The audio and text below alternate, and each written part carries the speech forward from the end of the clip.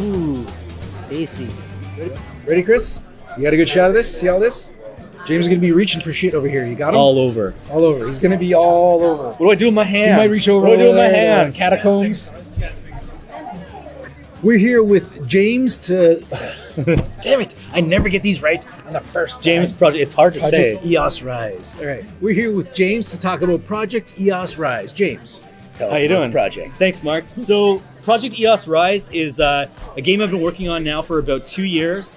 It's a worker placement, dice placement, cooperative space adventure. Oh, nice. So we're talking. You're going to be traveling the universe, trying to collect. Well, I'll start at the beginning. So let's start at the beginning. Basically, what's happened is the Earth is going extinct. So you have 10 years before the Earth is going to go extinct. You have to find a new home for humanity before that happens. I know it's a little real, it's a little close to home, but this is happening. So what you're going to do is humanity has constructed the first interstellar starship called the EOS. And you and 4 friends are going to blast off into outer space, chasing down this mysterious signal that keeps appearing. And each time you race the EOS around the universe and pick up a signal piece, you're going to raise this data track to eventually trigger the Paradise Planet. Once you pinpoint the Paradise Planet, it's going to be a final round to try to get to it, to settle and save humanity. It sounds simple, but there's a lot that's going to be in your way. You're going to have the Vorkan Empire with their 3 classes of ships that are constantly going to be trying to attack you. And they have a logic where they're going to either try to protect the research data that's on the table, they're going to try to come straight at you, or they're going to try to merge to form a mecha ship that's going to be tougher and harder to fight. Like Voltron, but like evil Voltron. Super evil Voltron. Super yeah, evil like Voltron. evil Voltron with like 4 or 5 arms. And So they can't form a blazing Lasers, sword. 'Cause when they lasers. form blazing sword, it's over. It's Yeah, always yeah, over. it's always. Don't let them do the sword. So what we got going on here is the worker placement aspect. Each character has levels, and they can level up in certain aspects like repair skill, mind skill, combat skill, movement skill. And to level up, they can do a training action. So at the beginning of the game, you'll be placing your workers on the rooms you have available to unlock those actions. So you start the game with training, build, repair, and treatment action. That's your worker placement portion, right? Exactly, sorry, right there. Nice. And then what's going to happen is, say you want to do a build action, you would pay some credits, and you would unlock a room, which then unlocks a new action. As well, it unlocks more hull to your ship, so you can take more damage.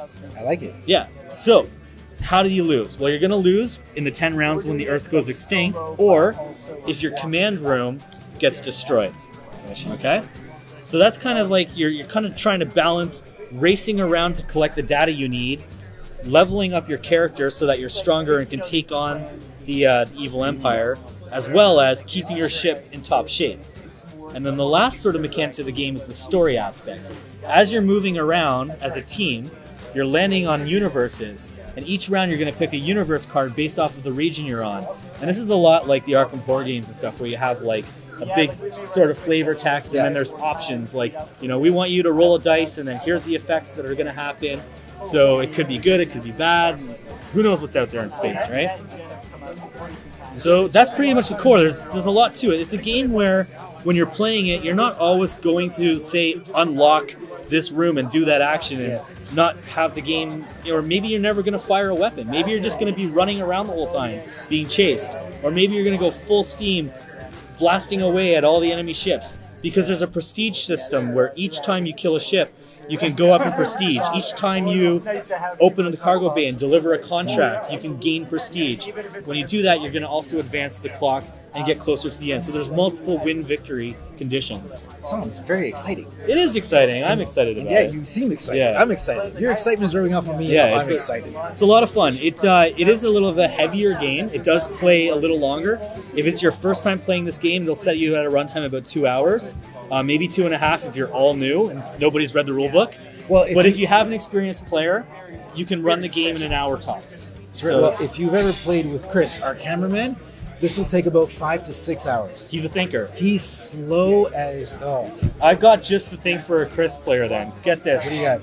So I've developed this system called task cards.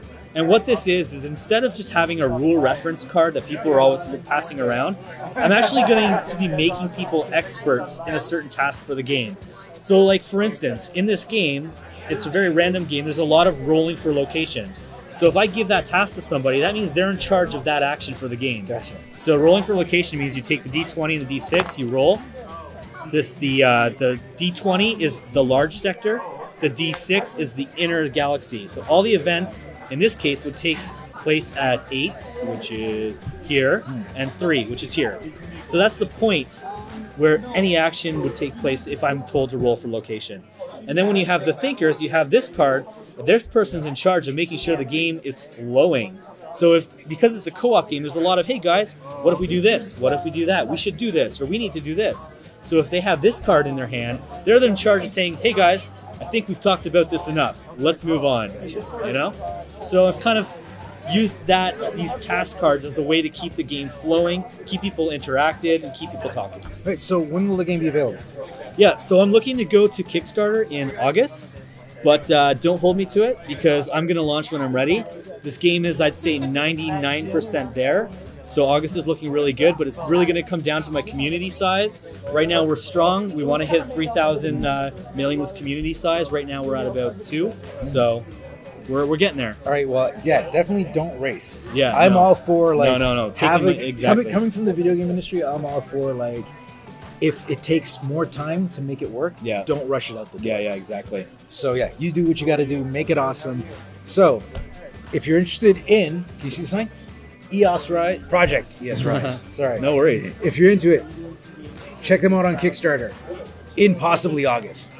Yeah. But maybe not. Or go to the website right now and sign up up for the mailing list. Yeah. Go to the website, sign up for the mailing list, then you'll know when Project EOS Rise is ready. All right. Cheers. Thanks, Thank man. you. Thanks, Mark. And thank you. Let's see what else we got.